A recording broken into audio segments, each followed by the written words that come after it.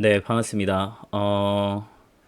사실은, 음, 제가 뭐, 수업도 우리 한번 했고, 어, 또 이제 복습 영상을 찍어서 올렸었고, 거기에다가 복습을 또 우리 학교에서 했잖아요. 그래서 복습을 이미 두 번째나 진행을 했고, 그래서 사실 영상을 마지막 그때 복습 영상 찍고 나서, 이게 진짜 마지막이다라고 생각을 하고, 그렇게 이제 쭉 지나갔죠. 그러다가 우리 오늘 수업 때 이제 시험에 대한 얘기를 좀 했잖아요. 그러면서 마지막 진짜 마지막으로 여러분들에게 정말 시험에 아주 도움이 될 만한 그런 정리 작업을 좀 했는데 제가 생각한 것보다 여러분들이 복습이 정말 더 필요하겠구나 이런 생각이 들어서 그리고 우리 반에 한 아이가 아주 강력하게 총정리 해달라고 해서 뭐 한 번 더 하죠. 뭐 총정리 한번 해 보도록 하겠습니다. 정말 제가 이거 여러분들 한 장 정리해가지고 이렇게 나눠줬던 부분인데 요거를 같이 보면서 쭉 한번 고려에 대해서 한번 정리를 해 보도록 하겠습니다.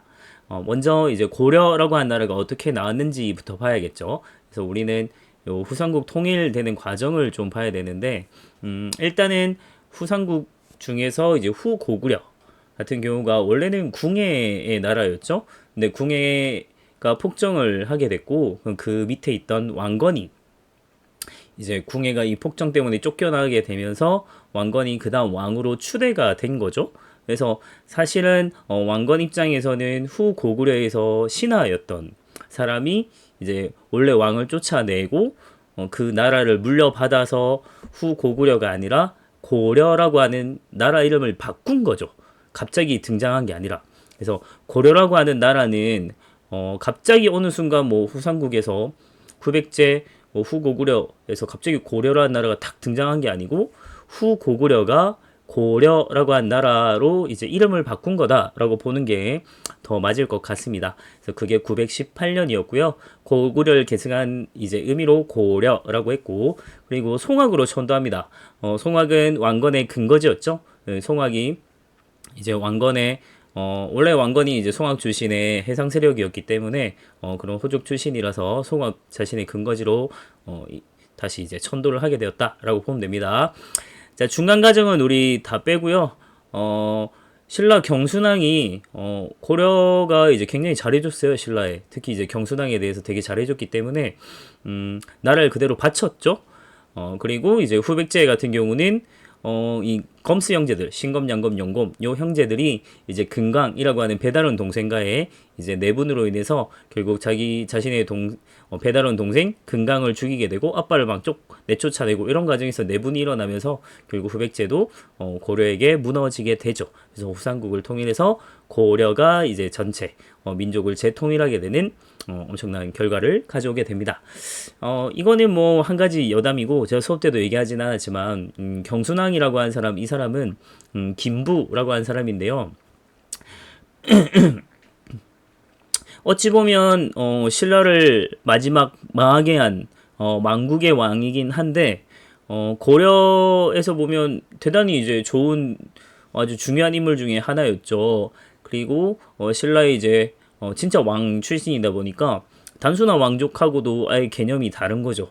이제 마지막 왕이었기 때문에 요 사람 같은 경우는 그래서 태조의 무려 태조의 첫째 공주랑 낙랑공주거든요. 그 사람하고 이제 결혼을 했던 첫째 딸하고 결혼했던 사람이기도 하고, 그러니까 왕건의 첫째 딸의 이제 남편이잖아요. 그래서 사위가 되는 첫째 사위가 되는 거기도 하고, 그리고 또 아홉 번째 딸하고도 결혼을 해요. 그러니까 겹겹사위라고 볼 수 있고요. 그리고 나중에 그 거기서 나온 자신의 자식이 이제 왕이 되거든요. 이제 자신의 낳은 딸이 나중에 경종하고 또 결혼을 해요. 그래서 왕의 장인이 되기도 하는 사람이기도 해요. 그러니까 이 경순왕은 신라에서는 망국의 마지막 군주이긴 하지만 고려에서는 엄청난 서열을 갖고 있는 사람이라고 보면 돼요. 왕건의 태조, 무려 태조의 이제 겹겹 사위이기도 하고, 나중에 자신의 딸을 이제 왕이랑 결혼시켰기 때문에 경종이랑, 그래서 또 왕의 이제 장인이기도 했던 그런 사람이죠. 그래서 대대로 엄청난 권력을 누렸던 인물이 이제 이 경순왕이라고 보면 됩니다. 사실 요건 중요한 건 아니고요. 그냥 갑자기 생각이 나서 얘기했습니다. 자, 그다음 태조의 정책 보면 태조의 정책은 좀 우리가 이제 시험을 치기 위한 얘기를 하고 있잖아요. 그러면 태조의 뭐 여러 정책들이 있을 겁니다. 뭐 인생 안정책도 있고요. 민족 통합책, 북진 정책, 뭐 호족을 포섭하느냐, 견제하느냐 이런 것들이 있는데 이런 것들을 잘 구분해서 기억해두면 좋아요. 그래서 일단 민생 안정책 같은 경우는 10분의 1로 세금을 줄여줬고요. 그러니까 통일을 한 이유니까 좀 백성들을 좀 안정시킬 필요가 있겠죠. 그래서 그동안에 이 신라 말이 망했던 이유 중에 하나는 세금이 너무 수탈이 심했기 때문이거든요. 그래서 그런 세금을 좀 줄여주었고, 그리고 빈민 구제하기 위한 뭐 기구 흡창을 설치하기도 했다. 그래서 백성들을 안정시키는 정책들을 하게 됐고, 그리고 이제 새롭게 이제 통일이 됐기 때문에 민족을 통합할 필요도 있죠. 그래서 신라, 후백제, 발해 유민까지 다 통합을 하게 되면서 민족을 하나로 만들기 위한 나라의 안정을 가져오기 위한 이제 정책이기도 하죠. 그리고 고구려를 계승한 나라이기 때문에 고구려를 계승한 의미로 북진 정책을 추진하기도 했습니다. 이때 말하는 북진은 북쪽으로 진출, 단순하게 북쪽으로 올라가겠다가 아니고 고구려의 옛 땅을 되찾겠다 이런 뜻이에요. 그래서 옛날 고구려의 수도였던 평양을 서경이라고 해서 굉장히 중시, 서쪽에 이제 수도라는 뜻이니까 그만큼 중요한 땅이다라는 거고, 그 다음 이제 영토를 꽤 넓히기도 했죠. 실제로 북진 정책을 하면서 뭐 거란을 배척한다든지 뭐 이런 것들을 좀 볼 수 있었습니다. 그리고 태조는 혼자 왕이 된 사람이 아니죠. 왕으로 추대받았다라고 하는 점, 그리고 호족들이 여전히 강력한 세력을 가지고 있었다 이런 점에서 보면 고려는 사실 초기에는 호족들의 연합 정권이라고 볼 수 있거든요. 그래서 이 호족들을 어떻게 포섭하느냐, 어떻게 견제하느냐, 요게 굉장히 중요했어요. 그래서 포섭하기 위한 정책은 내 편 만드는데 가장 좋은 방법은 결혼이죠. 그래서 혼인 정책을 아주 적극적으로 활용했고요. 그래서 우리 뭐 지도에 보면 전국에 막 전국에 출신 이제 왕비들이 다 있잖아요. 그래서 왕비만 29명 되고, 거기서 나온 자식설 때문에 또 문제가 생기는 거죠. 그리고 성씨를 화사한다든지, 그러니까 왕씨 주는 거죠. 내가 잘 나가는 호족이면은 왕씨성을 줘서 우리는 같은 가문이야 이렇게 이제 연결시켜 버리는 거죠. 우린 같은 성씨야. 그리고 관직 주는 거, 다음 토지, 역할에 따라 분배한 토지라고 해서 역분전이라고 하는 토지를 하사합니다. 당시 경제의 가장 기반은 토지잖아요. 그래서 토지를 주는 거는 경제적인 기반을 주는 거니까 굉장히 큰 거죠. 그래서 이게 이제 포섭시키는 거라면 또 견제하는 방법도 필요하겠죠. 그래서 사신관이라고 하는 거, 지역에 이제 그 대표로 삼는 거죠. 그래서 대표로 삼아서 그 지역에 여러 세력들을 좀 지방 세력을 감시하고 견제할 수 있고 연대 책임을 지도록 하는 게 이제 사신관입니다. 그 지역에 뭐 출신 관리를 그 지역의 대표로 이제 명예간직 같은 걸 주는 거예요. 그 다음에 기인제도, 말 그대로 이제 납치할 기자의 사람인자, 뭐 호족의 자제를 이제 인질로 잡아두는 거죠. 중앙에 이제 데려와서 인질로 잡아두고 이제 협박할 수 있도록 그런 제도가 기인제도. 그다음 훈요 10조는 죽기 직전에 남긴 유훈이죠. 그래서 요 내용에 보면 뭐 불교 행사를 되게 중시해라, 뭐 연등의 팔관에 이런 거 얘기하고요. 그리고 막 그리고 뭐 거란을 배척한다든지 뭐 이런 것들 다양한 얘기가 있습니다. 그래서 훈요 10조 우리 수업 때 봤던 거 다시 한번 제대로 보면 될 것 같고요. 그 다음 이제 여러 초기에 좀 복잡했죠. 태조가 죽고 나서 이 왕위 계승 분쟁이 좀 치열했습니다. 그 치열했던 것들, 이제 희생됐던 왕들이 있죠. 그 다음 장남이었던 해종, 그 다음에 이제 정종, 이렇게 이제 좀 왕위를 이었지만 제대로 못했죠. 그래서 얼마 못 가고 다 이제 왕위를 끝내게 되는데 갑자기 건강했던 사람이 아파서 막 죽고 이러니까 뭔가 좀 이상한데 어쨌든 그런 치열한 왕위 계승 분쟁을 거치면서 이제 결국 왕위를 잡았던 사람이 바로 4대 광종이죠. 네, 이 광종은 빛날 광자 쓰는 사람이거든요. 그래서 엄청나게 빛나는 업적을 가진 왕이다. 어떤 빛나는 업적이냐? 바로 왕권을 빛나게 했던 사람이다. 이렇게 생각을 하면 될 것 같아요. 네, 왕권 강화하려면 제일 중요했던 건 당시 이 공신들과 호족 세력들을 찍어 누르는 게 굉장히 중요했어요. 근데 이 사람들의 세력 기반이 바로 노비들이거든요. 노비는 경제적인 기반이기도 하고 이 사람들에게 칼자루를 지어주게 되면 바로 이제 또 이제 군사적인 기반이기도 해요. 그래서 이 사람들을 근데 이 노비들이 불법적으로 노비가 된 사람들이 되게 많아요. 그러니까 뭐 그런 거죠. 사채 쓰게 해가지고 신체 포기각서 쓰고 막 이렇게 그런 식으로 해서 막 잡아둔다든지 이런 거 있잖아요. 막 원양어선에 팔아먹고 뭐 이런 것들이 있거든요. 그래서 그런 것처럼 이제 호족들이 불법적으로 노비를 만든 사람들을 검사해서 다시 돌려주는 작업을 해요. 그게 노비 안검법입니다. 그래서 우리가 볼 거는 검 보면 돼요. 검은 검사한다 이렇게 생각하면 되는 거죠. 노비가 실제 맞는지 검사하는 거. 그래서 아니면 원래대로 돌려주는 거. 그런 작업을 한 게 노비 안검법. 그래서 호족 세력을 찍어 누르고 그렇게 되면 노비들 중에서 이제 양인으로 해방되는 사람들도 생겨나겠죠. 그러면 세금을 내게 될 것이고, 그래서 국가 재정에도 굉장히 도움이 되는 것이 바로 이제 이 노비 안검법이다라고 보면 됩니다. 그리고 과거제를 처음 실시한 왕이기도 하고요. 관리의 공복 재정, 그리고 칭제 권한, 내가 황제라고 칭하고 권한, 기원을 세운다는 뜻이거든요. 그러니까 연호를 사용한다라는 거 마찬가지로 황제만 사용할 수 있는 겁니다. 그러니까 고려는 초반부터 뭐 자신들이 황제국이라고 칭했다라는 점 기억해두면 되겠습니다. 그리고 공신과 호족들을 대대적으로 숙청했던, 그래서 이 사람을 미쳤다, 그래서 미친 빛날 광이 아니고 미칠 광이 아니냐 얘기하는 게 바로 요 부분이에요. 어느 정도였냐면 공신이랑 호족들이 한 뭐 3,000명 정도 됐다고 한다면 이 광종 때는 거의 40여 명 정도만 남길 정도로 정말 다 때려 죽였습니다. 왕족도 마찬가지고. 그 정도로 엄청나게 왕권에 이제 도움이 되지 않는 사람들은, 방해가 되는 사람들을 다 제거했다는 겁니다. 그 다음 성종.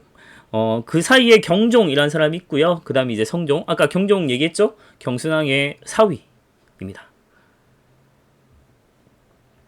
그 다음 성종. 성종은 우리 일을성자 쓰는 거, 제가 일을성자 넣어둔 거, 그래서 뭔가 체제를 완성한 사람이라고 보면 되는데, 고려 때도 마찬가지고, 조선 때도 마찬가지고, 성종이라고 불리는 사람들은 체제를 무슨 체제를 완성했냐? 바로 유교적인 통치 체제를 뭔가 만든 사람들을 성종이라고 붙여요.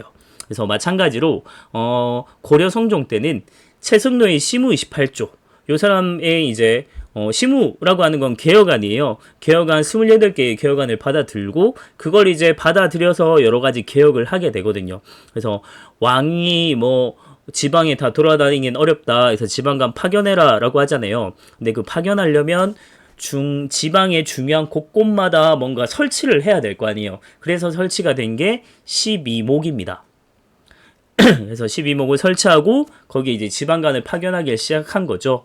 그리고 이제 불교가 더 중요하냐, 유교가 더 중요하냐 이런 얘기 하는데 사실은 둘 다 중요하다고 얘긴 하지만 어떤 얘기를 하냐면 수신, 그러니까 나를 닦는 거, 나를 수행하는 거는 불교. 그러니까 정신적인 건, 사상적인 거는, 종교적인 거는 불교가 중요하지만 나라를 운영하는 것은 유교가 더 중요하다 이런 얘기를 하거든요.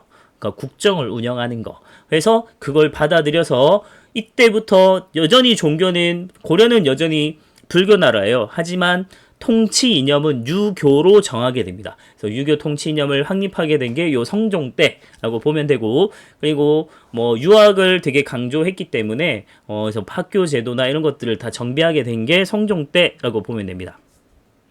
자, 그 다음에 통치체제. 통치체제는 뭐 아주 딱딱한 부분이라 사실 재미있는 부분은 아니지만 중요한 부분만 딱딱딱 보고 넘어가도록 하겠습니다. 이성육부제죠. 고려의 중앙통치제도는 기본적으로 이성육부제인데 원래 당의 삼성육부제를 고려의 실정에 맞게 이성육부제로 삼성을 2개 합쳤죠. 그래서 이성육부제로 운영이 됐고 송의 제도인 중초원과 어사대 3사 요걸 받아들였고요. 그리고 고려의 독자기구. 그러니까 고려라고 하는 요 이성육부제는 육부체제는 당의 제도만 받아들인 게 아니고 송의 제도도 좀 모방하고 그리고 고려의 독자적인 기구도 두고 여러 가지 제도도 두고 이러면서 실정에 맞게 아주 독자적으로 잘 운영됐다라고 보면 돼요. 그 중에 독자기구는 도병마사랑 식목도감 요거 귀족회의체의 전통을 살린 거라고 보면 돼요. 그래서 고관들이 모여가지고 회의하는 기구죠. 그리고 고려에는 따로 언론 기관이 없어요. 근데 대신 언론 역할을 하는 제도가 있죠. 그게 바로 대간이라고 하는 제도가 있었습니다. 그 다음 지방행정제도는 수도 근처는 말 그대로 경기라고 해요. 경기지방 수도 경자의 근척입니다. 그래서 수도 근처는 경기로 구성이 되고 그 외에는 일반적으로 오도와 양계 이렇게 이제 구분이 되는데 오도 같은 경우는 일반행정구역. 그래서 우리 지금 경상도, 전라도, 뭐 강원도 이렇게 막 나뉘잖아요. 충청도 이런 것들이 이제 요런 도라고 보면 되고, 요건 이제 일반 행정구역이에요. 근데 군사 접경 지역이 있단 말이에요. 요런데 경계가 되는 지역. 계라고 하는 건 경계란 뜻입니다. 그래서 양계, 그래서 동계, 북계, 동쪽의 경계, 북쪽의 경계, 바뀌었네요. 그래서 북쪽의 경계, 동쪽의 경계 이렇게 해서 2개 합쳐서 양계, 두냥자입니다. 그래서 양계에 여기는 이제 군사 행정 시설이라고 보면 되고 여기에는 따로 이제 병마사라고 하는 군사 지휘관을 보내게 되는 겁니다. 그리고 오도 아래는 군과 현으로 구성이 돼요. 그래서 지금 경상남도 양산시 우리 지금 이제 통도사 있는 쪽으로 보면 하북면이잖아요. 하북면 이제 이런 식으로 내려오는 것처럼 도, 군, 현 이렇게 내려오는데 근데 이 현은 또 2개로 구분할 수 있다는 겁니다. 주현과 속현으로 구분되게 되는데 주현은 주가 되는 현 그리고 속은 속하는 현이라고 했잖아요. 현이라고 하는 게 너무 많아요. 너무 많아서 전체 지방간을 다 파견하지 못했습니다. 그래서 원래 현에는 지방간을 다 파견해야 되지만 실제적으로는 다 파견하지 못했어요. 그래서 주가 되는 현에 이제 중심이 되는 현에 이제 지방간을 한 명 파견을 해서 걔가 이제 중심이 돼서 주변에 있는 다른 현들을 같이 다스리도록 한 거예요. 그래서 주가 되는 현, 지방간이 있는 현은 주가 되는 현, 나머지는 속하는 현 해서 주현, 속현으로 구분이 된다라고 보면 됩니다. 그래서 이런 거는 다 이제 일반적인 거라고 본다면 특수행정구역이 따로 있었어요. 바로 향부곡 소에 해당이 되는데 향부곡은 그냥 일반적으로 뭐 농사 짓는 지역이라고 보면 되고 소 같은 경우는 좀 특별해요. 소는 우리 제철소, 뭐 조선소 이렇게 소라고 하는 거는 기술과 관련되는 곳입니다. 그러니까 뭔가 수공업이나 뭔가 공예나 이런 거랑 좀 관련돼 있다고 보면 돼요. 뭔가 만들어내는 그런 기술. 그래서 이런 곳인데 어쨌든 이런 곳들은 사실 신분상으로는 일반 평민일지라도 이쪽에 있는 사람들은 굉장히 천대받고 그리고 차별받던 사람들이라고 보면 돼요. 근데 요거는 꼭 고정적이진 않았어요. 향부고소는 만약에 나라에 중요한 일을 했다, 뭐 외적을 물리쳤다 이렇게 되면 일반 현으로 승격시켜 주기도 했습니다. 그래서 굉장히 유동적이었다라는 것 좀 생각을 해두고 다음 군사는 중앙군은 2군 6위, 지방군은 주현군 주진군. 요거는 일반 현은 주현군 그리고 군사 행정구역인 양계 같은 경우는 주진군. 요렇게 이제 진이라고 하는 거 뭔가 군사시설 같은 거라고 생각을 하면 돼요. 그래서 뭐 방어진, 뭐 부산진 이렇게 진이라고 붙는 것들은 이제 군사시설이었다 생각하면 됩니다. 다음 교육은 중앙엔 국자감, 이제 지금으로 치면은 국립대학 같은 거라고 보면 되고, 지방에는 지방 학교들, 향교라고 하는 걸 만들었습니다. 역사에서 향 붙으면 지방이에요. 향. 고향이라고 하잖아요. 그리고 관리 등용 제도는 기본적으로는 과거제가 있는데, 일반적으로 관리가 될 수 있는 방법은 과거라고 하는 이 힘든 시험을 통과해야만 관리가 될 수 있어요. 근데 이 과거제의 특징이라면 문과, 작과, 요까지는 뭐 다른 과거제랑 다 똑같아요. 근데 승과라고 있는 게 좀 특징적인 부분이고, 또 하나 제일 중요한 건 무과가 없다는 거죠. 무과가 없다는 거는 무신들은 별로 중요하게 생각하지 않는다라는 겁니다. 스님들, 승관조차도 시험 쳐서 뽑는데 무과는 별로 뭐 중요하지 않아요. 이렇게 생각을 하는 거예요. 그 다음에 시험 치지 않고도 관리가 될 수 있는 아주 특혜를 부여하는 게 있습니다. 그게 바로 음서제죠. 그래서 공신이나 5품 이상의 고관의 자손이면 그냥 시험 안 치고 관리로 등용시켜 주는 거예요. 그게 음서. 그래서 음이라고 하는 건 우리 응과 양 할 때 그 음이에요. 그늘, 뭔가 좋지 않다, 이런 의미예요. 부정적인 의미. 그래서 이거는 뭔가 좀 부당한 방법 같잖아요. 정당하지 않은 것 같잖아요. 그래서 좀 안 좋다, 이런 의미로 음서 이렇게 보면 됩니다. 마찬가지로 공음전이라고 하는 것도 있다고 했잖아요. 그래서 음서제랑 공음전도 마찬가지로 공신이나 5품 이상의 고관의 자손들에게 땅을 주는 거거든요. 땅. 근데 그 땅은 세습이 가능해요. 그래서 계속 대대적으로 세습해서 경제적인 기반을 누릴 수 있도록 하는 게 바로 공음전이거든요. 그래서 음서랑 공음전 이런 걸 통해서 나중에 우리 문벌 귀족이라고 하는 애들이 이제 자신들의 권력을 계속 세습해가는 기반이 되게 됩니다. 그래서 음서랑 공음전 같이 기억해 두시고, 그 다음에 무신정권의 성립과 변천, 요거 보기 전에 중기 시대는 완전히 이제 고려 중계는 문벌 귀족들이 다 권력을 독점하는 사회였어요. 고려가 워낙 이제 문치주의였거든요. 송처럼. 그래서 문벌 귀족 이런 사람들이 굉장히 독점하게 됐는데, 그런 사회가 점차 동요되는 사건이 나타나게 됩니다. 그 중에 하나가 바로 이자겸의 난이고, 하나가 이제 묘청의 난, 이렇게 보면 되는데, 이자겸은 사실 경원희 씨 가문이라고 하는 엄청난 대표적인 문벌 귀족 가문의 하나잖아요.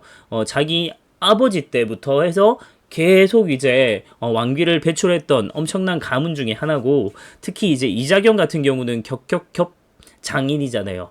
그래서 엄청난 권력을 누릴 수 있었던 사람인데, 요걸 이제 좀 부담을 가졌던 자신의 외할아버지이자 장인인 이 이자겸이 너무나도 좀 불안하니까 이 이자겸을 제거하려고 시도를 하게 됐는데, 그걸 이제 눈치챈 이자겸이 난을 일으켜 버리죠.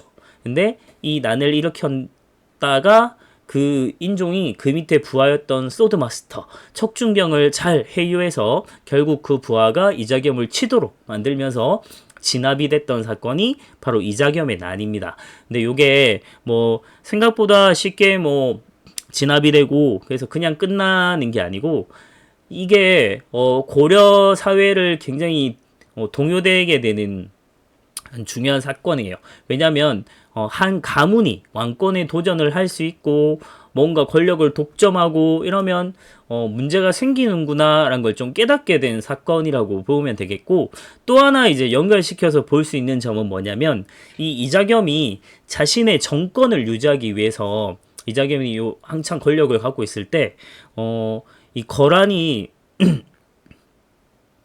거란이 아니죠. 이제 금이 나중에 이제 여진이 세웠던 금이 이제 군신관계, 고려에 이제 군신관계를 요구하게 되는데, 그걸 4대 요구를 받아들였던 사람이 바로 이자겸이에요. 근데 요게 고려 입장에서 보면 굉장히 자존심 상하는 문제였단 말이죠. 이 여진에게 우리가 무릎을 꿇었다는 게, 저 오랑캐에게. 근데 그것 때문에 결국은 연결해서 이 반대했던, 이 금의 4대 요구를 수용한 것에 반대했던 신진 관료들, 특히 이제 서경파라고 볼 수 있겠죠. 그 서경파들이 결국 서경천도 운동을 추진하게 되었다라고 보면 되겠고, 그게 다시 이제 묘청의 난까지 이어진다라고 봐야겠죠. 그래서 묘청의 서경천도 운동을 주도했던 사람은 이제 서경파, 그래서 묘청은 당연한 거고, 당시 이제 신진 관료 서경파는 정지상이 대표 인물이었죠. 그래서 묘청과 정지상이 중심이 돼서 묘청의 서경천도 운동을 추진했고, 그래서 이 사람들이 주장했던 거는 서경천도 하자. 그래서 금국 정벌하고 금나라 정벌하고 우리 다시 황제국을 칭하자. 이제 칭제 건언하자 이런 걸 이제 얘기를 주장을 했던 거예요. 왜냐하면 금나라 황제에게 우리가 무릎을 꿇은 상태거든요. 그래서 황제국에서 우리가 황제 밑에 들어간 이제 왕국이 된 형태예요. 그래서 다시 우리 황제국이라고 칭하자, 우리 자존심을 세우자 이런 게 이제 묘청의 난이라고 보면 되는데 서경촌도 잘 추진하고 있다가 결국은 보수적인 귀족 세력들에 의해서 좀 실패가 되게 됐고 그래서 아예 난을 일으켜 버리거든요. 근데 이 난을 진압했던 사람이 바로 개경파 보수적인 귀족 세력의 대표 인물인 김부식이었다라고 보면 되겠고 이 김부식이 사실 고려 정기를 대표할 수 있는 역사서인 삼국사기를 편찬했던 그 편집장 역할을 했던 인물이라고 보면 되겠죠. 이렇게 다 연결해서 받으면 되겠고 이런 문벌귀족 사회를 완전히 무너뜨리게 된 사건은 바로 이제 무신정변이라고 볼 수 있겠죠. 고려는 오랫동안 무신차별이 이어져 왔습니다. 앞서 봤듯이 묵과가 없었고요. 그리고 하급 군인들 같은 경우는 제대로 군인이 되면 원래 토지를 좀 받아야 돼요. 그 보수로. 근데 그것도 제대로 받지 못했고 뭔가 잡일에 막 동원된다든지 노예 같은 이런 막 불임을 당하기도 했고 문신들에 의해서 너무나도 차별을 많이 받았어요. 그런 것들이 이제 계속 쌓여서 보현원에서 난을 일으키게 됐고 그래서 이게 이제 성공을 한 거죠. 쿠데타가. 그래서 의종을 폐위시키고 정권을 장악하게 된 사건이 무신정변입니다. 이 의종 같은 경우는 결국 아주 비참한 말로를 맞게 되죠. 나중에 아주 쌍청민 출신의 이민이라고 한 사람에게 이제 백허그 당해가지고 허리가 꺾여서 죽었던 그런 인물이 바로 의종입니다. 어쩌면 우리 역사에서 가장 비참한 가장 희한한 최후를 맞이했던 왕이 아닐까 싶어요. 어쨌든 그렇게 해서 정권을 잡게 됐는데 초기에는 어느 하나 뭔가 독점적이고 이렇다기보다는 무신들도 회의기구가 있어요. 중방이라고. 물이 중자거든요. 무신들의 회의기구거든요. 요 이제 중방에 모여서 막 회의를 통해서 하다 보니까 권력이 좀 분산이 됐어요. 그리고 굉장히 좀 불안정했어요. 그러니까 요거 이제 무신정변을 추진했던 대표적인 인물이 뭐 정중부, 이방, 뭐 이고 뭐 이런 사람들이거든요. 그러다 보니까 초기에 이제 난을 주도했던 이 사람들이 자기들 막 너도 나도 이제 권력을 갖기 위해서 막 싸워요. 그래서 서로 죽이고 하면서 정권 초기에는 오히려 불안정한 세상이 나타났다가 오히려 안정된 시기를 가져왔던 건 최씨 무신 정권 때입니다. 그러니까 4대까지 계속 이제 세습해서 이어졌고 거의 60여 년간 이어졌던 정권을 최씨 무신 정권이라고 하는데 그 시작을 이끈 인물은 바로 최충원이었죠. 앞서 얘기했던 이제 노비 출신의 아주 최고 집권자까지 올랐던 대단한 입지전적인 인물이었던 이민을 제거하고 왕이 된 건 아니죠. 예, 집권자가 된 인물이 바로 최충원인데 최충원은 중방에서 권력을 나누기 싫어했어요. 그래서 권력을 독점하기 위해서 교종도감이라고 하는 걸 설치하고 여기를 통해서 다 이제 정책이나 이런 것들이 이루어지도록 만들었습니다. 그리고 자기가 스스로 이 교종도감의 장관격인 교정별감이라는 관직을 가지게 되죠. 그래서 권력을 독점하게 됐고 그리고 자신의 신변의 위협을 막기 위해서 도방이라고 경대승이 이미 도방을 만들었었는데 이거는 경호단체예요. 경호 무사들 집단을 만든 것인데 그걸 더 10배로 확대시키죠. 그래서 자신의 신변을 보호했고요. 그러다가 이제 아들 최후 때로 이어지게 되는데 최후 때는 완전히 전 최후 때가 정말 오만방자하다는 생각이 드는 게 자신의 집에다가 정방이란 걸 설치해요. 이 정방에서 인사권을 담당하거든요. 관리를 임명하고 하는 걸 여기서 해요. 근데 자기 집에서 하는 거예요. 관리를 임명하는 건 왕의 권한이잖아요. 자신이 왕보다 더 위에 있는 존재라는 걸 보여주는 거죠. 그리고 최후 자체가 또 되게 문신적인 성향이 좀 많아요.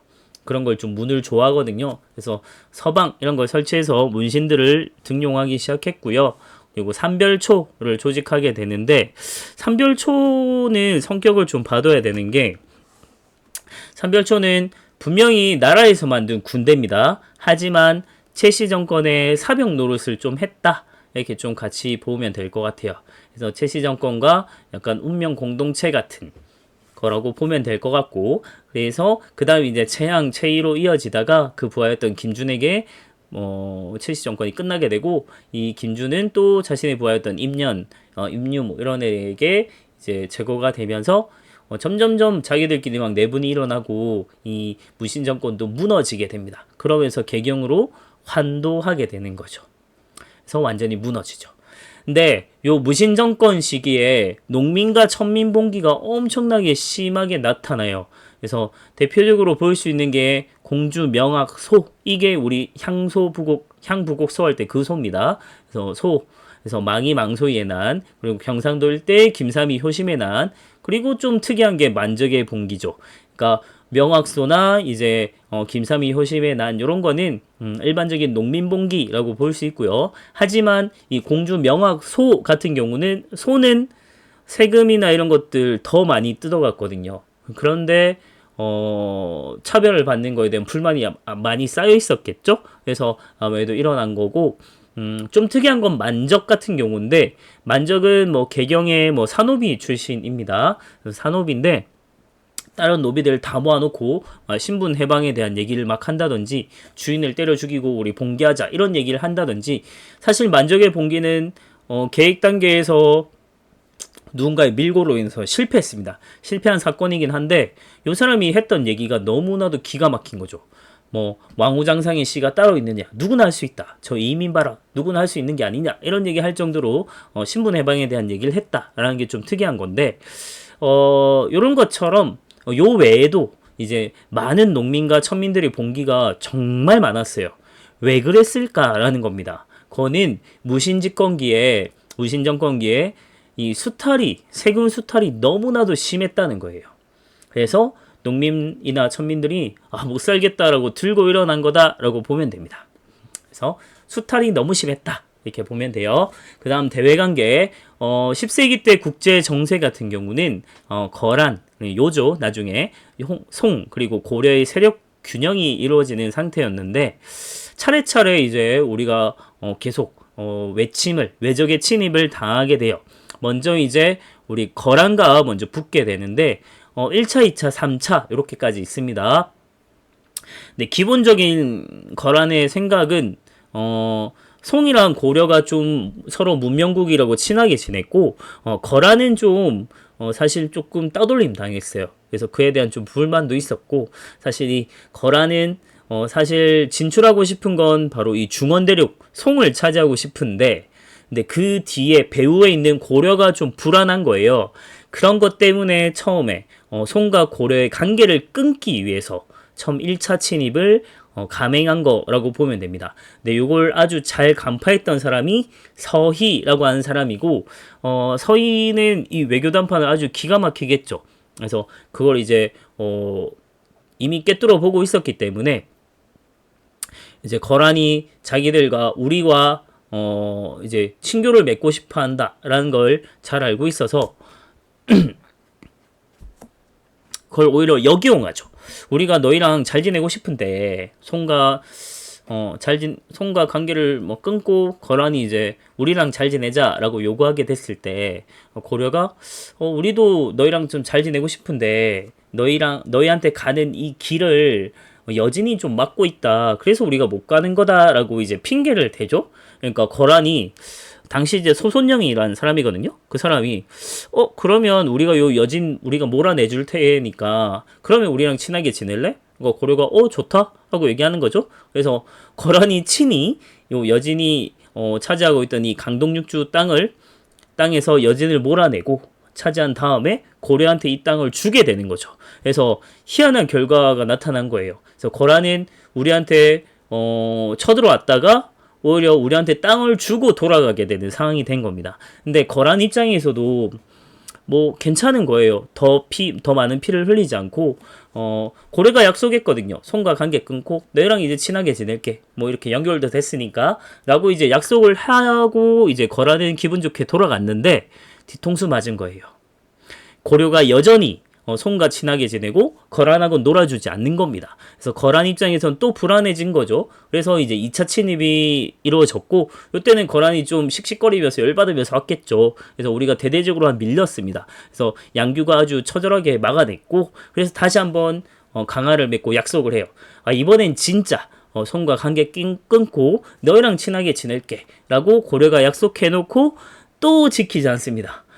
그래서 거란 입장에선 진짜 이번엔 너무 빡친 거죠. 그래서 안 되겠다. 너 이렇게 우리랑 계속 약속도 안 지키고 우리랑도 이제 교류도 안 할 거고 친교도 안 맺고 할 건데 그러면 우리가 줬던 강동육주 돌려달라라고 하니까 고려가 그건 싫어. 그래서 못 돌려주겠다 이렇게 얘기한 거죠. 그래서 거란이 이제 대대적으로 열받아서 쳐들어왔어요. 그게 이제 3차 침입인데 그렇게 쳐들어왔는데 오히려 고려에 에게 대패를 당하게 되죠. 강감찬의 기주대첩입니다. 그래서 수십만이 쳐들어왔다가 뭐 한 몇천 명만 돌아갔다는 아주 엄청난 대패를 당하게 되는 거죠. 근데 요때도 고려가 잘 막아내고 나서 이번에도 약속을 하게 됩니다. 이번에는 진짜 너희랑 잘 지낼게. 친교 맺고 뭐 사신도 보내고 할게 라고 해놓고 돌아가니까 이제 고려가 국경 지역에 천리장성을 빡 쌓아버리고 수도 근처에 있는 나성이라고 하는 성을 둘러싸버립니다. 그건 그냥 벽을 쳐버린 거죠. 그래서 거란 입장에서는 우리한테 대대적으로 당하게 된 거고 고려 입장에서는 아주 영악하게 잘 물리쳤다라고 봐야 될 것 같습니다. 우리 조상님들의 지혜가 대단하네 라고 봐야 될지 저는 좀 사실 잘 모르겠네요. 그 다음에 그러는 사이에 동북지방에서 여진이라고 하는 애들이 성장을 하게 되는데 여진은 사실 고려나 그 이전에 고구려 원래는 말갈이었죠. 그래서 우리 민족에게 약간 지배 비슷하게 그리고 오히려 말갈이 단순하게 그냥 진짜 지배받는 이런 게 아니고 우리를 어버이로 모시면서 이렇게 지내왔던 그런 민족이란 말이죠. 그랬던 애들이 아고타라고 하는 애가 이제 부족을 통일하게 되면서 점차 고려랑 좀 충돌을 하게 된 것이고 고려 입장에서는 얘들 좀 기선제압을 좀 해야겠다라고 쳐들어갔는데 오히려 졌죠. 그러니까 그게 여진은 기마병이 중심이고 우리는 보병이 중심이었어요. 고려는. 근데 말을 일반적인 사람이 쫓아갈 수가 없죠. 그래서 윤관이 아주 그걸 크게 깨닫고 고려로 돌아와서 이제 기병 부대를 만든 거죠. 물론 이제 기병만 만든 건 아닙니다. 기병이랑 뭐 항마군이라든지 이제 여러 특수부대 만들어서 만든 게 별무반이에요. 그래서 특수부대, 그러니까 특별 이렇게 생각을 하면 돼요. 그래서 17만의 기병을 포함한 이제 부대를 만들어서 여진을 정벌하죠. 그래서 그 지역에다가 동북 구성이라고 한 걸 축조하게 되는데 요거 이제 계속 돌려달라고 하고 좀 수비에도 좀 어렵고 별로 뭐 척박한 땅이고 좋은 땅도 아니다 해서 그냥 돌려줘 버립니다. 그런 사이에 이제 여진은 더 커지게 되면서 금나라를 건국하게 됐고 오히려 이제 고려의 군신관계를 요구하게 됐을 때 그때 하필 이자겸이 정권을 잡고 있었고 정권을 유지하기 위해서 그냥 수용해 버리게 되죠.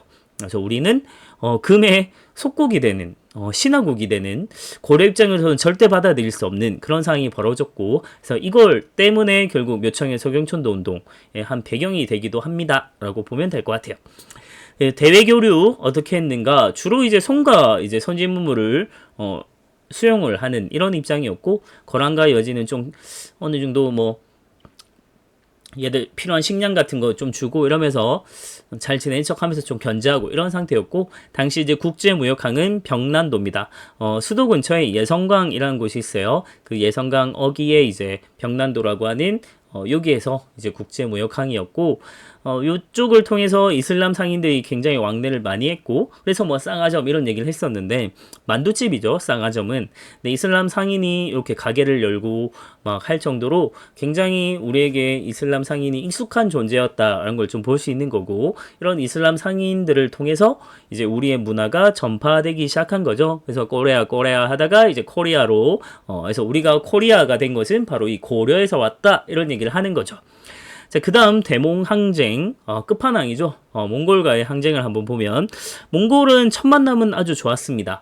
강동성 전투라고, 몽골이 이제 서쪽에서 점점점 이제 서아 먹고, 점점점 이렇게 왔죠. 먹고 오면서 이제 이 금 밑에, 금에 이제 복속돼 있던 이 거란 애들, 이 잔당들이 고려 쪽으로 막 쫓겨서 올라와요. 그래서 요걸 이제 같이 이제 처리하자면서, 예, 몽골이 먼저 연합을 제의를 했고요. 그래서 같이 이제 치게 됐던 게 요 강동성 전투거든요. 그래서 이때는 여몽 연합이 같이 거란 공동의 적을 물리치는, 이때는 연합군이었고 되게 좋았죠, 첫 만남은. 하지만 요 이후로 우리가 사실 도와달라고 안 했는데 지들이 도와줘 놓고 막대한 공물을 요구하게 돼요. 근데 요때 하필 사신으로 왔던 놈이 저고여라고 하는 놈인데, 이 저고여가 굉장히 오만방자했대요. 그래서 막 왕을 막 고려 왕을 막 무시하기도 하고 이럴 정도로 정말 때려 죽여도 시원찮을 놈이었는데, 마침 얘가 압록강 쪽을 건너다가 죽어요. 피살을 당합니다. 죽임을 당해요. 그냥 죽은 게 아니고 죽임을 당해요, 누군가에 의해서. 그게 누군지 모르지만 어쨌든 몽골 입장에서는 이게 고려가 한 짓이다라고 생각을 하게 되겠죠. 그렇게 믿고 싶을 거기도 하고. 그래서 몽골이 요걸 이제 계기로 쳐들어오게 됐고, 요때부터 30여 년간 대몽항쟁이 이루어지게 됩니다. 그래서 1차 전투는 이제 기주성 전투, 그 기주 대첩의 그 기주입니다. 강동육주에 요 기주에서 이제 박서가 아주 잘 막아냈고요. 뭐 어떻게 막아냈지만 몽골이 워낙 센 나라라서 물리치기가 쉽지 않죠. 그래서 고려 입장에서는 당시 이제 최우입니다. 최우가 이제 정권을 잡고 있을 때인데, 몽골을 피해서 좀 천도를 해야겠다.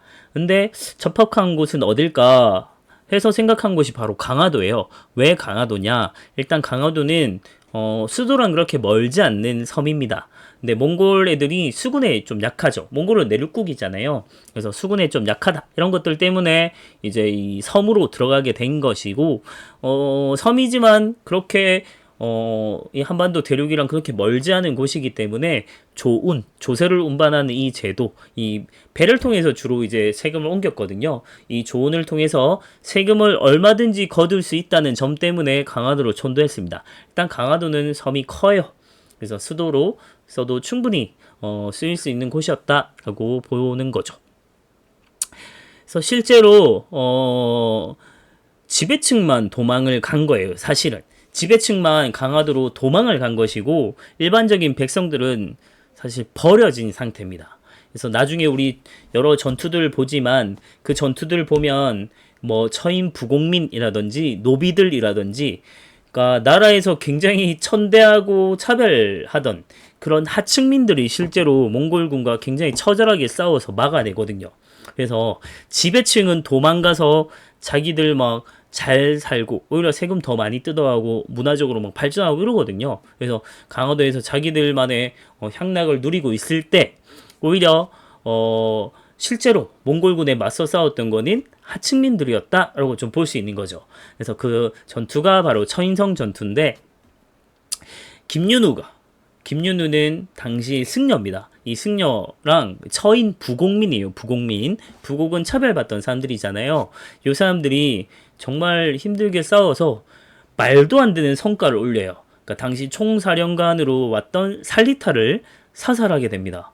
와, 살리타는 사실 몽골에서 대단한 장수거든요. 근데 이런 사람이 고려에 왔다가 아주 의기양양하게 왔을 거 아니에요. 고려에 왔다가 승려였던 사람에게 활 맞아 죽었습니다. 허무하게. 뭐 고려 입장에서는 아주 잘한 거죠.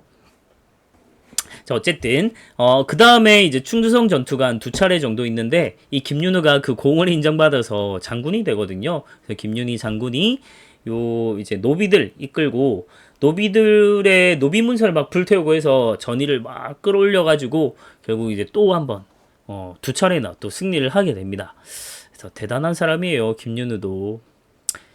자, 그러는 와중에 불교의 힘을 통해서 이 국난을 외적을 물리치겠다라고 해서 만든 게 바로 팔만대장경입니다. 팔만대장경은 사실 다시 만든 대장경이라고 해서 제조대장경이라고 불리죠. 왜냐면 초조대장경이 있습니다. 처음 만든 거는 거란 침입 때 거란 물리치겠다면서 만든 것이 초조대장경이에요. 그게 대구 부인사에 있었는데 그게 이 몽골 침입 때 불타 없어졌어요. 그래서 다시 만들기 시작한 게 팔만대장경이다라고 보면 됩니다. 자, 그러다가 최씨 정권이 결국 무너지게 되고 아까 봤듯이 부하들 막 서로 죽이고 하면서 무너졌고 개경으로 환도하게 됐고요. 근데 이 환도를 거부했던 애들이 바로 삼별초죠. 그래서 삼별초는 사실 최씨 정권과 운명 공동체였기 때문에 만약에 환도를 하게 된다면 그 목숨을 아마 제대로 부지할 수 있을지 제대로 살 수나 있을지 잘 몰랐던 사람들이기도 하고 어쨌든 뭐 대몽항쟁의 상징이라고 볼 수 있겠죠. 그래서 개경 끝까지 몽골에 싸우겠다 해서 이제 항전을 하게 되면서 진도 제주도로 옮겨 다니다가 여몽 다시 한번 여몽 연합군이 나옵니다. 그래서 몽골군하고 우리 정부군하고 고려의 정부군이 같이 이 삼별초를 진압하게 되죠. 자, 그러면서 우리가 몽골의 완전한 지배는 아니고요. 부마국의 지위로 좀 간접적으로 지배를 갖는 간섭기로 들어서게 됩니다. 자, 그 와중에 전쟁을 겪다 보니까 문화재가 굉장히 많이 소실되죠. 그래서 항룡사 구층 목탑이라든지 엄청 거대한 목탑이거든요. 남아 있었으면 정말 멋있었을 텐데 불타 없어졌고요. 추조대장경 대구 부인사에 있었는데 요것도 불타 없어졌습니다. 그리고 농토 마을에 다 짓밟혔으니까 황폐화 됐을 거고요. 30여 년간 농사 못 지었잖아요. 그러니까 황폐화가 됐을 거고 사람도 정말 많이 죽었겠죠. 그래서 인명피해. 자, 그래서 원간석기에 들어서게 되는데 단순하게 우리가 내정간섭만 당한 게 아니고 실제로 우리가 영토를 뺏기기도 했습니다. 그래서 그걸 보면 서경 지역에는 동령부가 설치되었고요. 화주 지방에는 쌍성 총감부가 설치되었습니다. 그리고 제주에는 탐나 총감부가 설치되었고요. 그래서 그 중에 우리 쌍성 총감부 같은 경우는 공민왕 때 요거 되찾는 지역이기도 하고 나중에 여긴 또 명나라 때 명나라가 요 지역에 천령이 설치하겠다라고 해서 고려가 그거 반대해서 막 요동정보를 추진하기도 하고 했던 곳이기도 해요.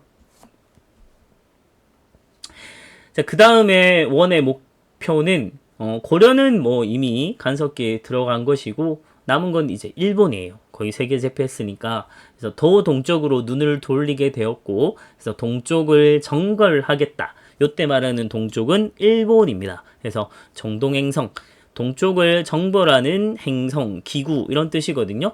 요거 설치해서 일본 원정을 실제로 두 차례나 갔습니다. 근데 요때 하필 카미가제 날짜를 좀 잘못 잡은 것 같아요. 태풍 올 때 잡은 것 같아요. 카미가제는 신풍이란 뜻입니다. 태풍이 두 차례 아주 몰아쳐가지고 결국 실패하게 되었고요. 실패하면 끝나야 되는데 그대로 고려에 남아서 내정간섭 기구로 남게 됩니다. 그리고 고려의 지위 황제국에서 왕국으로 바뀌게 된 것이고 그 다음 부마국의 지위를 갖게 된 건 고려 입장에서는 아주 완전히 나쁜 것만 아니죠. 사위 국가가 된 거니까 원나라 황실에서 어느 정도 지위를 갖게 되었다라고 볼 수 있겠고 대신에 고려 왕들은 이제 태종, 정종, 광종, 조종 이렇게 쓰는 게 아니고 앞에 충자가 붙게 돼요. 충.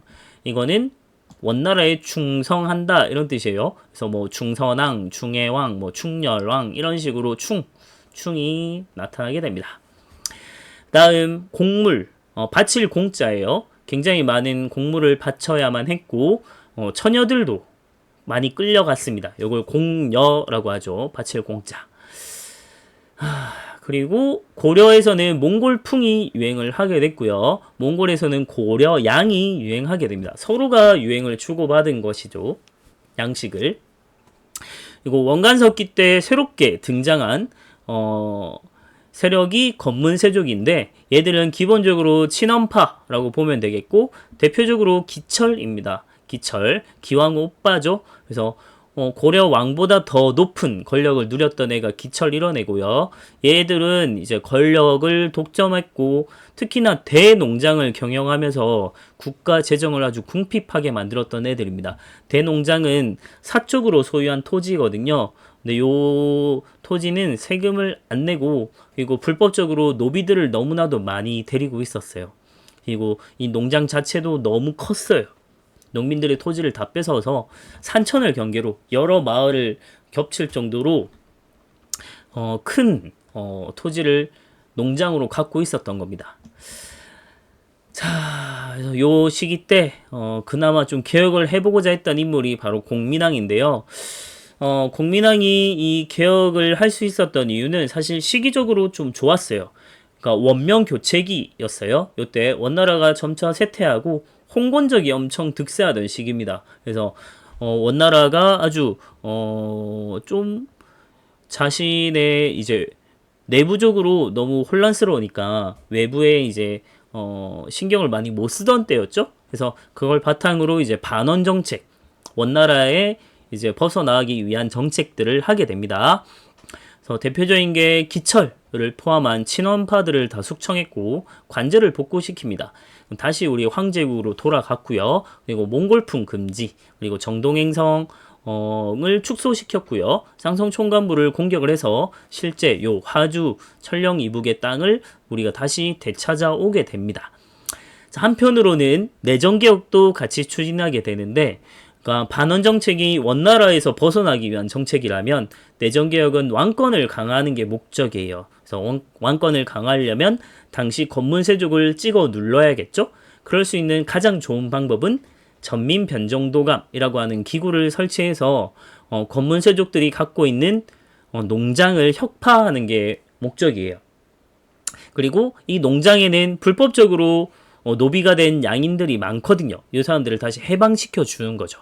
그러니까 전민변정도감이라고 하는 것은 불법적으로 빼앗은 토지를 원래 주인에게 돌려주고 불법적으로 노비가 된 자들을 원래의 신분으로 돌려주는 거예요. 그게 전민변정도감이라고 하는 기구가 하는 역할인 것이고 이걸 통해서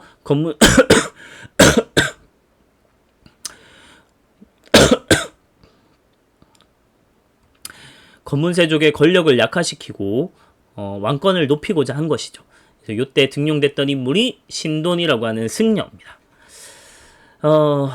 그리고 한편으로는 또 성균관을 개편하고 또 유학인재를 등용해서 이 건문세족들 말고 새로운 정치적인 자신들의 세력을 만들고자 한 거죠. 그러면서 등용되기 시작했던 사람들이 바로 신진사대부다라고 보면 됩니다. 당연히 건문세족이 반발했겠죠. 근데 단순히 막 반발하고 이 정도가 아니고 실제로 행동에 다 옮기죠. 그래서 신돈을 제거해버리고 공민왕까지도 시해해버립니다. 죽였다는 얘기입니다. 그래서 실패하게 돼요. 자, 그러는 와중에 고려 말 때 새롭게 등장한 정치 세력이 한편은 신진사대부고 한편은 신흥무인 세력이라고 보면 되는데 뭔가 정치적으로 활동했던 관리들 같은 경우는 신진사대부, 그리고 뭔가 무력이라고 본다면 군사적으로 본다면 신흥무인 세력 이렇게 좀 볼 수 있을 것 같아요. 건문세족을 비판하면서 엄청나게 성장했던 세력이 신진사대부인데 물론 요거는 공민왕 때 등용돼서 아주 큰 역할을 했던 사람들이고요. 네, 신진사대부는 단순하게 건문세족만 비판한 것이 아니고 당시 건문세족과 불교계가 굉장히 결탁이 많이 돼 있었어요. 그래서 불교계도 다 싸잡아서 비판했던 사람들이 바로 신진사대부다라고 보면 됩니다. 그래서 그 중에 온건파가 이제 정몽주나 이색 이런 사람이고요. 급진파가 정도전 이렇게 보면 되는데 온건파는 고려를 유지한 채로 점진적으로 개혁을 해 나가자 이렇게 본다면 정도전 입장은 완전히 달랐죠. 고려는 이미 썩을 대로 썩어서 이 나라를 유지하는 건 안 된다. 그래서 새로운 나라를 열자라고 보는 거죠. 그 차이. 그리고 신흥무인 세력은 당시에 홍건적이랑 왜구가 정말 엄청나게 창궐했어요. 그래서 이 사람들을 얘들을 격퇴하는 과정에서 국민적인 영웅으로 등장을 했던 사람들이에요. 대표적인 인물이 최영, 그리고 이성계, 채무선 이런 사람들입니다. 네, 이 사람들이 잘 하다가 이 명이 이제 아까 얘기했던 철령이 이제 설치를 요구하게 되는데 요 땅 우리가 어떻게 되찾은 땅인데 그냥 돌려줄 수 없다. 그래서 이참에 이제 아예 우리가 요동을 쳐버리고 요동까지도 우리가 가져버리자라고 주장했던 게 우왕이랑 그리고 당시 1인자였던 최영이었어요. 근데 요거를 사불가론으로 반대했던 인물이 바로 이성계였죠. 예, 당시 이제 이성계는 군부에서 이제 2인자였거든요.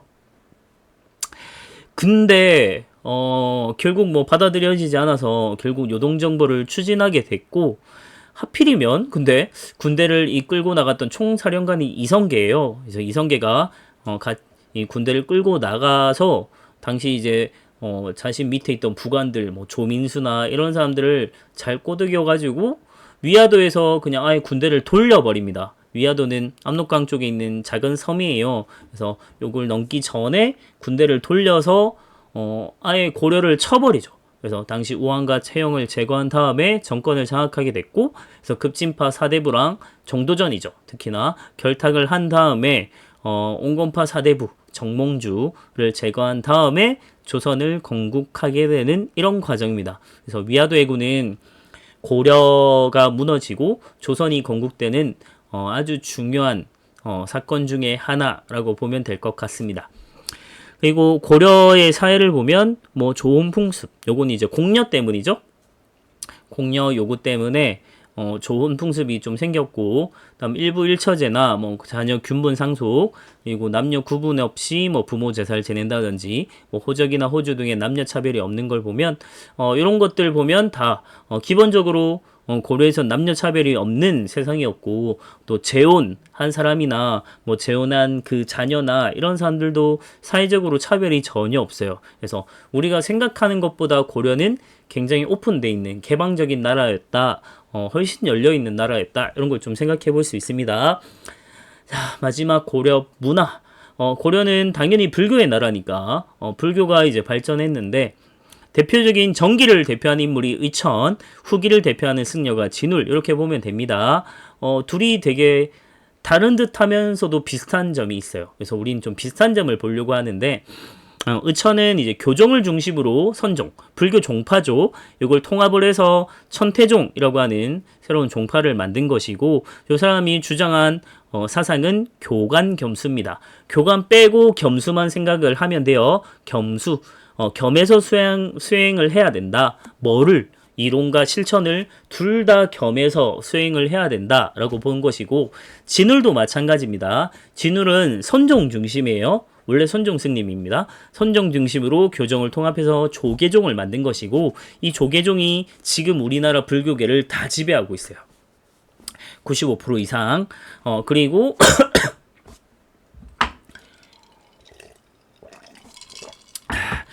진울이 주장했던 사상은 정의 쌍수라고 하는 겁니다. 정의 몰라도 되고요. 마찬가지로 쌍수만 기억하면 돼요. 쌍수. 그래서 쌍수는 마찬가지로 쌍으로 수행해야 된다. 뭐를? 이론과 실천을 쌍으로 다 수행을 해야 된다. 이런 뜻이에요. 그 외에 도노 점수는, 도노는 단번에 깨우침, 그리고 점수는 점진적으로 수행을 해야 된다. 마찬가지로 진울은 기본적으로 선종 승려였기 때문에 뭔가 실천성을 되게 강조를 해요. 그리고 고려 후기 때 이제 불교계가 굉장히 타락했거든요. 그런 타락한 불교계를 원래 순수한 불교의 모습으로 돌아가자라는 운동을 해요.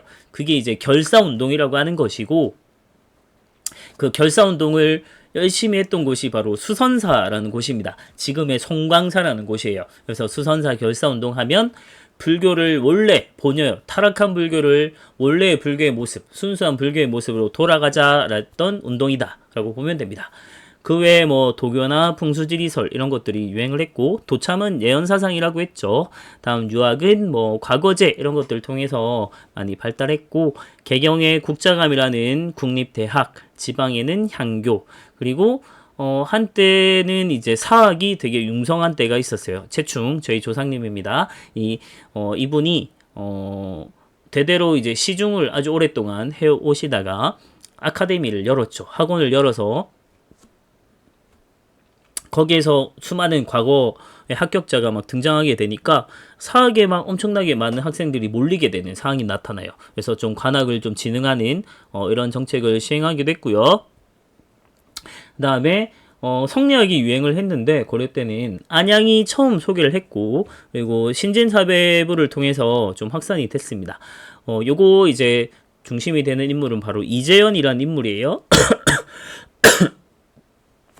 이재현이 이제 원나라 학자들하고 막 교류하면서 열심히 신진사대부를 길러낸 사람이죠. 그래서 신진사대부의 뭐 스승격이 되는 게 바로 이재현이라고 보면 되고, 그래서 길러낸 사람들이 뭐 정도전, 정몽주 이런 사람들입니다. 그래서 고려말 개혁 사상으로 등장을 했고, 조선의 건국 이념이 되는 게 바로 성리학이라고 보면 됩니다. 그래서 조선 때 우리 성리학에 대해서 조금 더 자세히 배워볼 거예요. 그리고 고려 정기를 대표하는 책은 바로 삼국사기, 김부식이 편집장으로 써낸 나라에서 펼쳐낸 책이고요.